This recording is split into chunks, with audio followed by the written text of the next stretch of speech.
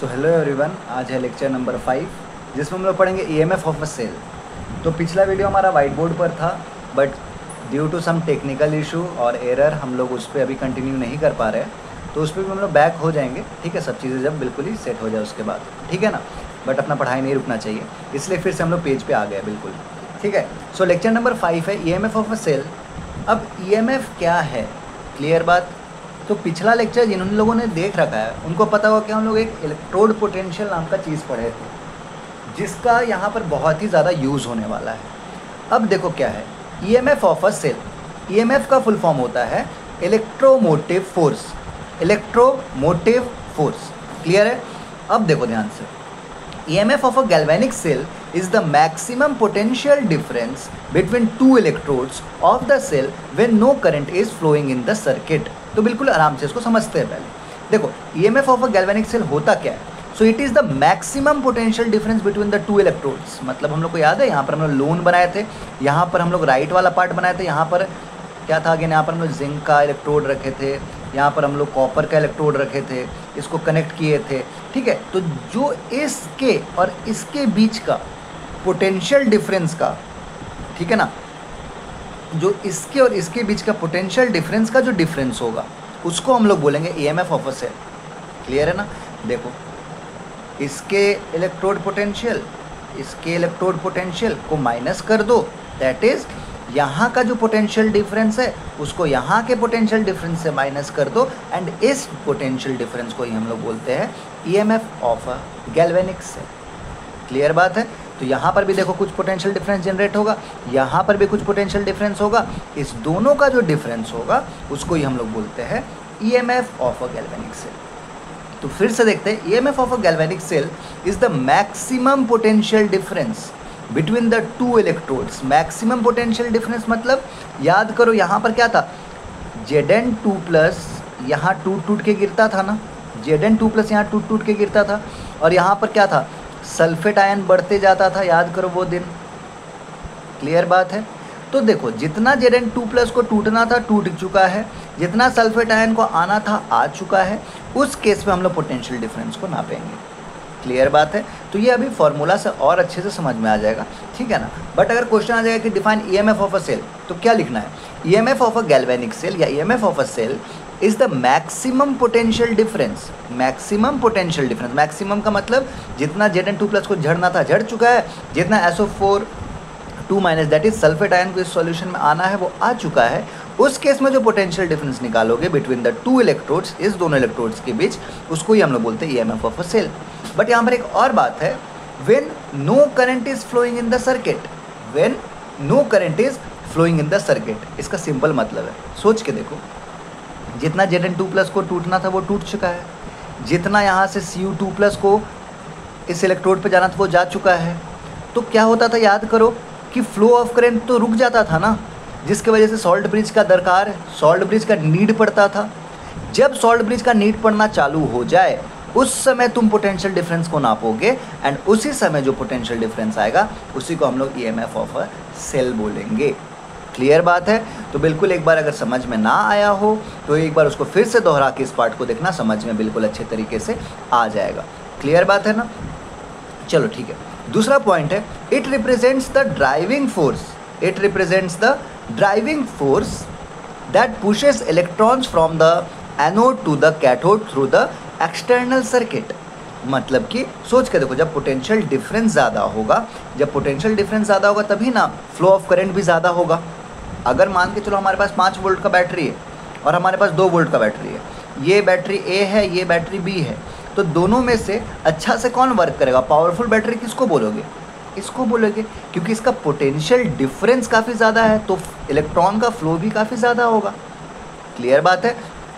सोच के देखो ना, V = IR, ठीक है ना, V = IR तुम लोग पढ़े होगे। यहाँ पर जो R अगर रेजिस्टेंस को तुम लोग सपोज फिक्स कर दिए, तो सोच के देखो, जब पोटेंशियल डिफरेंस बढ़ाओगे तो करंट भी तो बढ़ेगा, है ना। तो it represents the driving force that pushes electrons from anode to cathode to the cathode, ठीक है ना। अब जब इलेक्ट्रॉन को पुश कर रहा है मतलब करंट का फ्लो को ये बताता है। ये एक्चुअली में क्या बताता है, ये ड्राइविंग फोर्स है जो कि बताता है कि इलेक्ट्रॉन्स एनोड से कैथोड कैसे मूव कर रहे हैं। ज़्यादा मूव कर रहे हैं तो उसका पोटेंशियल डिफरेंस ज़्यादा है, कम मूव कर रहे हैं तो उसका पोटेंशियल डिफरेंस कम है। Through the external circuit, through the, देखो ये बाहरी सर्किट है ना, बाहर से लगा हुआ है, इसलिए एक्सटर्नल सर्किट। क्लियर है? सो फिर से हम पढ़ देते हैं इस वाले लाइन को। It represents the driving force that pushes electrons from the anode to the cathode. ज़्यादा पोटेंशियल डिफरेंस तो ज़्यादा मूवमेंट होगा, ज़्यादा पुश होगा इलेक्ट्रॉन्स का एनोड से कैथोड की ओर, तो करंट इस साइड से इस साइड मूव करेगा ज़्यादा। हम लोग पहले भी पढ़ रखे। क्लियर बात है? अगर पोटेंशियल डिफरेंस कम होगा, 2 वोल्ट जितना होगा, तो इलेक्ट्रॉन्स एनोड से कैथोड धीरे धीरे बहुत कम अमाउंट में जाएगा, जिससे करंट का फ्लो भी कम होगा। क्लियर है? तो ये ड्राइविंग फोर्स है जो कि बताता है कि कितना इलेक्ट्रॉन कैसे मूव करेगा एनोड से कैथोड की ओर, थ्रू द एक्सटर्नल सर्किट, बाहर वाला सर्किट से, है ना। चलो ठीक है। It is measured in volts. Okay, आप लोग पढ़ रखे होगे, अभी इलेक्ट्रोस्टैट्स में भी पढ़ रखे होगे, ठीक है ना। इसके बाद आपका शायद पोटेंशियल डिफरेंस वाला जो पार्ट होगा उसमें भी आप लोग पढ़ रखे होगे बिल्कुल, कि इसका जो ऐसा यूनिट होता है वो होता है वोल्ट, तो इसलिए हम लोग इसको वोल्ट में भी नापते हैं। क्लियर है? तो जब भी ईएमएफ ऑफ अ सेल पूछे, पहला पॉइंट ये लिखना, इसका स्क्रीनशॉट ले लो, इसको लिख लेना कॉपी में। दूसरा पॉइंट ये लिखो, तीसरा पॉइंट ये लिखो। That's it, complete marks, full marks, है ना। आगे बढ़ते हैं अब हम लोग। क्लियर है? चलो, तो इसको बढ़ने के लिए काम करते हैं ना, इसको फिर से चालू करते हैं पानी वानी पी के। तो चलो अब हम लोग फार्मूला को डिराइव करेंगे। तो फार्मूला को डिराइव करेंगे तो उससे पहले हम लोग इसको सर्किट को बना लेते हैं अच्छे से। याद करो वो दिन इस साइड हम लोग एनोड बनाते तो उस साइड कैथोड बनाते थे। इस साइड लोन वाला पार्ट था, लेफ्ट ऑक्सीडेशन, एनोड निगेटिव, है ना। उस साइड आरआरसीपी था, बीच में हम लोग पहले एमीटर लगाए थे। तो सर इस बार काहे वोल्ट मीटर लगा दिए? बस लगा दिए तो लगा दिए, बिकॉज पोटेंशियल डिफरेंस का बात करेंगे इसीलिए लगा दिए, और कोई रीज़न थोड़ी है। देखो Mn प्लस यहाँ से अगर ज़रूरी थोड़ी हमेशा जिंक ही लगाया, अभी गैल्वेनिक सेल का बात कर रहे थे ना। और याद करो कि गैल्वेनिक सेल से हम लोग जब डैनियल सेल का एग्जांपल लिए तो उसमें डैनियल सेल में बोले थे कि जिंक का एक रहेगा, एक कैथोड का इलेक्ट्रोड रहेगा। ये तो हम लोग गैल्वेनिक सेल का बात कर रहे हैं, तो यहाँ जिंक का भी हो सकता है, किसी और का भी हो सकता है इलेक्ट्रोड, यहाँ भी कॉपर का हो सकता है, किसी और का भी हो सकता है। तो इसीलिए कन्फ्यूज़ नहीं करना है। मान के चलो कि इस साइड याद करो ऑक्सीडेशन होता था ना, और ये बोलते बोलते मेरा 300 साल हो चुका है कि ये वाला पार्ट लोन का होता था। तो left oxidation, anode negative, anode तो ऑक्सीडेशन, एनोड तो ऑक्सीडेशन, तो इस पार्ट, ये पार्ट तो ऑक्सीडेशन का है। अब हम लोग लिए थे डैनियल सेल में कि जिंक जो था वो Zn2+ में कन्वर्ट होता था और 2 इलेक्ट्रॉन को छोड़ता था। मान लेते कोई और मेटल है ना, अब जिंक नहीं है, कोई M मेटल है जो N इलेक्ट्रॉन को छोड़ के Mn+ में कन्वर्ट हो रहा है। जब वो 2 इलेक्ट्रॉन को छोड़ रहा था तो 2+ में कन्वर्ट हो रहा था, तो N इलेक्ट्रॉन को छोड़ेगा तो N+ में कन्वर्ट हो रहा है। ऑक्सीडेशन का मतलब क्या होता है? इलेक्ट्रॉन का छोड़ना। देखो इलेक्ट्रॉन को छोड़ दिया तो Mn+ में कन्वर्ट हो गया, ठीक है। इस साइड रिडक्शन होता था। कोई एक Xn+ है आयन जो N इलेक्ट्रॉन को ले रहा है और X में कन्वर्ट हो जा रहा है। चलो हटो, क्लियर है ना। तो Xn+ था जो कि N इलेक्ट्रॉन को ले रहा है और X में कन्वर्ट हो जा रहा है। यहाँ तक तो कोई दिक्कत नहीं है, बिल्कुल। इसको पहले लिख लेना, ठीक है ना। ये बस यहाँ से डिराइव कर रहे हैं। डिराइव क्या ही करेंगे यार, अभी डेरिवेशन पढ़ना नहीं है, बट अपने को जो पढ़ना है इसके बाद फॉर्मूला पढ़ना है, एंड उसको हम लोग देख रहे हैं। क्लियर है? ठीक है ना। तो एक औरत झाँक रही थी, आप लोग भी देखें, ठीक ना। तो डरना नहीं है, फोटो बना हुआ है। चलो ठीक है, आगे देखो। अब EMF of cell. EMF of cell क्या है कि EOP प्लस ERP। अच्छा, ये क्या क्या बोल दिए, ठीक है ना। तो बिल्कुल टेंशन नहीं लेना है। यहाँ पर ऑक्सीडेशन हो रहा था, यहाँ पर रिडक्शन हो रहा था, ध्यान रखो बस इसको। अच्छा, ऑक्सीडेशन के साथ एनोड था, रिडक्शन के साथ कैथोड था, ध्यान रखो इसको। अब ठीक है ना। अब ध्यान देना इधर, ठीक है। अब लड़का लोग उधर देखने लगा होगा फोटो, ठीक है। नहीं देखो भाई, इधर ध्यान दो थोड़ा। EMF of cell. EMF of cell हम लोग देखें कि EOP of anode plus ERP of cathode. देखो एनोड के साइड ऑक्सीडेशन हो रहा था, एनोड के साइड ऑक्सीडेशन हो रहा था, कैथोड के साइड रिडक्शन हो रहा था। अब सोच के देखो, इसीलिए हम लोग एनोड का ऑक्सीडेशन पोटेंशियल ले लिए, हम लोग कैथोड का रिडक्शन पोटेंशियल ले लिए। समझ में आ गया? पर IUPAC गुस्सा हो गया, भयानक टाइप से ये भी गुस्सा हो गया कि नहीं, हम तो पहले भी बोले थे कि ऑक्सीडेशन पोटेंशियल नहीं लेना है, कोई लेते दिख गया तो दिस दैट हो जाएगा, तो हम लोग फिर क्या करेंगे, इसका रिडक्शन पोटेंशियल लेंगे ना। क्लियर है ना। याद करो ए और बी में पिछले बार मार हुआ था पिछले लेक्चर में, तो उसको सुलझाया कौन था, IUPAC सुलझाया था। तो IUPAC ने कहा कि नहीं भाई ऑक्सीडेशन पोटेंशियल दिख गया, उसको चुपचाप से रिडक्शन पोटेंशियल में कन्वर्ट करो। तो हम लोग बोले कि अच्छा हम लोग को तो आता है, हम लोग तो होशियार है, तो इसमें एक माइनस लगा देंगे ना, चुपचाप से वो रिडक्शन पोटेंशियल में कन्वर्ट हो जाएगा।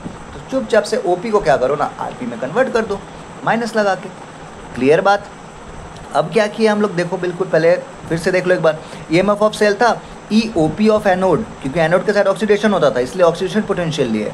अच्छा ERP ऑफ कैथोड, कैथोड के साइड क्या होता था, रिडक्शन होता था, इसलिए RP लिख दिए हम लोग। इसको RP में कैसे कन्वर्ट करेंगे, एक माइनस लगा देंगे। अब एनोड तो एनोड ना होवे है, कैथोड कैथोड होवे है, इसलिए इसको चेंज नहीं किए हम लोग।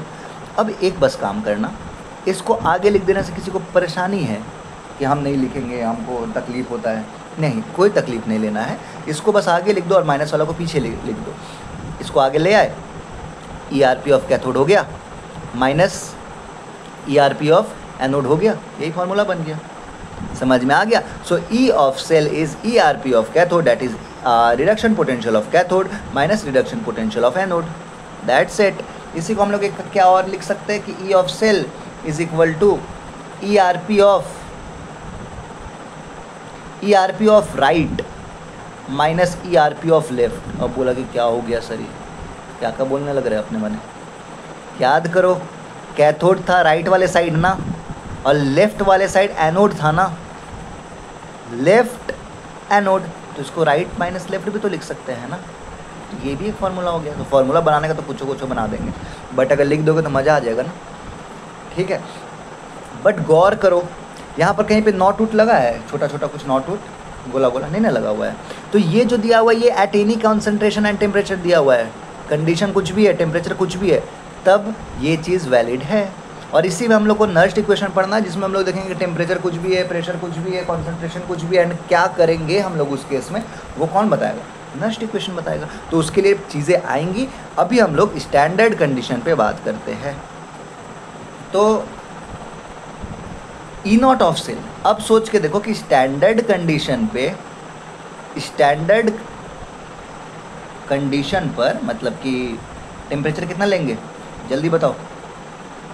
वेरी गुड, अंदाजे बोले हमको उम्मीद है कि आप लोग सही बोलेंगे, इसीलिए कि आप लोग सही बोले होंगे। चलो कॉन्सेंट्रेशन बताओ, वेरी गुड। प्रेशर बताओ, अगेन वेरी गुड, ठीक है ना। तो एक बार क्लियर है। तो ये हमारा हो गया। ये सब जो है ना, ये यहाँ पर देखो हम लोग सिर्फ नॉट लगा दिए, नॉट। तो ये कंडीशन कौन सा हो गया हमारा, स्टैंडर्ड कंडीशन हो गया। समझ में आ गया। तो ये स्टैंडर्ड कंडीशन में हम लोग ये लिख दिए। क्लियर है बात, ठीक है ना। अब देखो एक सवाल, और इसके बाद हम लोग भरपूर सवाल भर के करेंगे। लेकिन क्या आ गया कि हम लोग जो बाकी जो क्वेश्चंस करेंगे ना, वो एक काम करते हैं हम लोग, एक इसका सेपरेट वीडियो बना लेते हैं, बिकॉज आज रात भी हो गया है ना, तो वीडियो नहीं आया है। तो एक काम करते हैं, इसका भी हम एक क्वेश्चन का एक वीडियो डाल देते हैं। आज रात में ही कोशिश करके डाल दें, 5-7 क्वेश्चन करा देते हैं, मज़ा आ जाएगा। उसको लेक्चर नंबर 6 नाम से दे देंगे कि आप लोग को भी कोई दिक्कत नहीं हो, है ना। तो ये सब लिख लेना भाई लोग या बहन लोग, ठीक ना। ऐसे नहीं कि ऐसे ही बस देख रहे हैं, मज़ा आ रहा है पूरा, ठीक है। तो ऐसा काम मत कर देना। लेकिन वाला पार्ट को हम लोग डब्बा में बंद कर दिए। अब देखो ये क्वेश्चन कितना इजी है, कोई बच्चा भी कर लेगा। E not of cell is equal to E not of क्या था, याद करो, RP। पहले तो RP लिखना है, किसका, कैथोड का, और minus RP, E not of RP again anode का, राइट माइनस लेफ्ट। ये तो सबसे पहले फार्मूला लिख लिए। अगेन हम पहले भी बोलते हैं क्लास में भी ना, कि जहाँ पहुँचना है वो पता होना चाहिए निकलने से पहले, नहीं तो कहीं और पहुँच जाओगे, ठीक है ना, भीतरे उतरे चल जाओगे चुपके से। तो इसीलिए अपने को E नॉट पता करना था। तो E नॉट कैसे पता करेंगे, E not of RP of cathode minus E not of RP of anode. तो देखो सबसे पहले तो तुम ये पता करोगे कैथोड कौन है और एनोड कौन है। देख लो, हम लोग सेल रिप्रेजेंटेशन में देखे थे ना कि ये वाला लेफ्ट वाला साइड एनोड होता है, और हम बताते बताते थक चुके हैं अब कि ये लोन वाला साइड होता है। तो ये है हमारा एनोड, ये है हमारा कैथोड। इतना पता चल गया, हाँ जी पता चल गया। अब रिडक्शन पोटेंशियल देखना, ऑक्सीडेशन पोटेंशियल कोई देख मत लेना, ये देखो, ये तो दिया हुआ है, पता है कि हाँ sir standard reduction potential oxidation potential में कुछ तो दिया है। इलेक्ट्रॉन 2 ले रहा होगा तभी ना Zn में कन्वर्ट हो रहा होगा। Zn2 प्लस 2 इलेक्ट्रॉन को लेगा तभी ना Zn में कन्वर्ट होगा, कि अपने मन हो जाएगा, नहीं ना। तो इलेक्ट्रॉन को लेना कोई तो रिडक्शन बोलते हैं ना। तो ये देखो रिडक्शन हो रहा है, मतलब ये तो भाई रिडक्शन पोटेंशियल दिया है, स्टैंडर्ड रिडक्शन पोटेंशियल दिया है। ये भी स्टैंडर्ड रिडक्शन पोटेंशियल हुआ, देखो रिडक्शन हो रहा है ना, रिडक्शन पोटेंशियल दिया है। तो अपने को चेंज तो कुछ नहीं करना है, आरपी दोनों में दिया ही हुआ है, ठीक है ना। तो क्वेश्चन ईजी हो गया। कैथोड कौन था, ये था। एनोड कौन था, ये था। तो इसको लिख देते सी, इसको ए, तो लिख दो बस इसको प्लस 0.34 वोल्ट माइनस, अच्छा एनोड का क्या है, माइनस 0.76 वोल्ट। इसको ऐड कर लो and you will get plus, करो कितना होगा 1.10।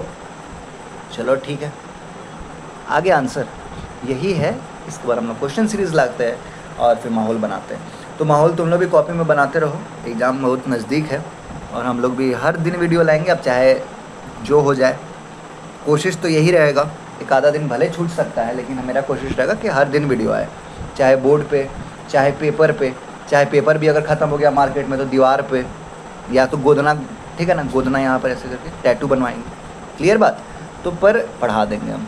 तो चलो चिल मारो, थोड़ी देर बाद आप लोग का क्वेश्चन वाला सेशन भी ले आएंगे। चलो बाय बाय।